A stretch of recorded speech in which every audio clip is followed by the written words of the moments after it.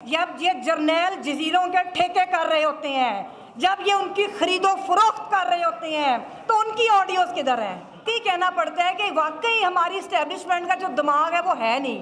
फिर वो ऑडियोज लेकर आए, हुकूमतों को गिराने की साजिशें कर रहे होते हैं, जब ये हुकूमतों को बनवाने की साजिशें कर रहे होते हैं। सब जानते हैं कि इमरान खान के साथ जो सलूक आज किया जा रहा है, इसके पीछे सिर्फ एस्टेब्लिशमेंट है। लेकिन सिवाय इमरान खान के किसी में इतनी हिम्मत पैदा नहीं हुई कि खुले लफ्जों में एस्टेब्लिशमेंट पर तनकीद करे। लेकिन कौम के कप्तान इमरान खान ने हमेशा बहादुरों की तरह बुज़दिलों का मुकाबला किया। लेकिन आज वकला ने भी हिम्मत दिखाई है और इमरान खान का साथ देने का ऐलान किया है और खुले लफ्जों में हैंडलर्स को ललकारा है। अब इस वीडियो में देखें कि वकला का मजीद क्या कहना था। तो उन वीडियोस का हमें बताएं, उनके अंदर इस चीज की इजाजत है कि आप किसी की प्राइवेसी के अंदर मुखल हो?